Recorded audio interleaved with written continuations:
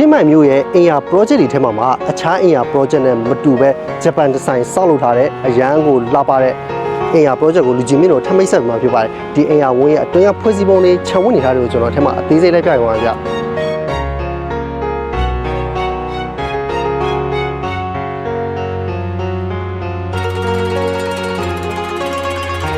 ကျွန်တော်အခုပြပေးမယ် Japan style single house တွေကတော့240 square meter ဂျူကူလို single house ပဲဖြစ်ပါတယ်သူက8ခန်း4ခန်းဒီချူခန်း5ခန်းနဲ့ကားပါကင်3ခုပေါင်းသွားဖြစ်ပါတယ်ဒီအိမ်ရဲ့အတွင်းကဖွဲ့စည်းပုံကျွန်တော်ဒီမှာအသေးစိတ်လိုက်ပြရအောင်ဗျ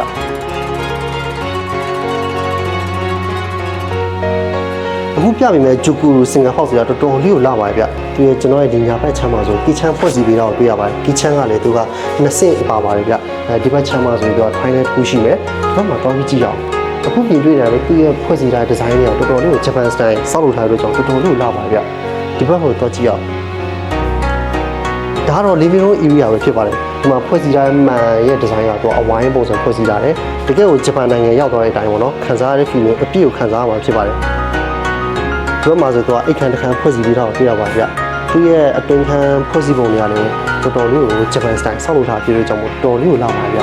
အပေါ်ထပ်သွားကြည့်အောင်ဒီပေါ်ထက်မှာဆိုသူကဒီလက်တန်းစင်ညာစာပေါ့နော်သူကဂျပန်စတိုင်ဆောက်လုပ်တာဖြစ်ပါတယ်ဝေါဒါကတော့အပေါ်ထက်မှာရှိတဲ့ living room area ပဲဖြစ်ပါတယ်ဂျပန်စတိုင်ဆိုတော့သူကဒီဘက်မှာယူနီချန်လေးတောက်လိုက်အောင်ဖွင့်စီပြီးတော့တွေ့ရပါကြသူရဲ့စပွဲခေါ်အောက်ခင်းညာစာတော်တော်လေးလာပါတယ်ဒီဘက်မှာဆိုရင်လည်းသူကကာဖီနက်တွေကလည်းလုံးဝကိုဒီဇိုင်းဆန်းနေတာတွေ့ရပါကြဒါကတော့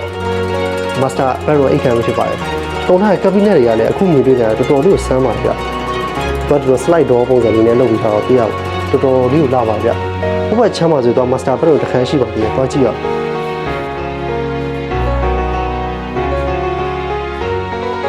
ဒါတော့ဒုတိယ master bedroom အခန်းပဲဖြစ်ပါတယ်။ဒီကဲမှာဆိုရင်အိတ်ခန်းတစ်ခန်းထပ်မံဖွဲ့စည်းပြီးတော့တွေ့ရပါတယ်ဗျ။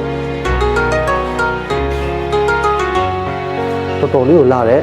အိတ်ခမ်းပဲဖြစ်ပါတယ်အဲ့တော့ချင်းမိုင်မြို့ရဲ့ဂျပန်စတိုင်ဆောက်လုပ်ထားတဲ့ Super Highway Habitat Super Highway အင်ယာ project ကိုစိတ်ဝင်စားလို့ဖြစ်ဖြစ်လူကိုယ်တိုင်တော့ကြည့်ရှင်ရဖြစ်ဖြစ်အောက်မှာပေးထားတဲ့ Viber နဲ့ဖုန်းနံပါတ်မှာဆက်သွယ်မြန်ဆွနေပါတယ်ချင်းမိုင်မြို့ရဲ့ကွန်ဒိုနဲ့လုံးချင်းဝေမယ်ဆိုရင်တော့ GIG Town House ကိုဆက်သွယ်မြန်ဆွနေပါတယ်အားလုံးကိုကျေးဇူးတင်ပါတယ်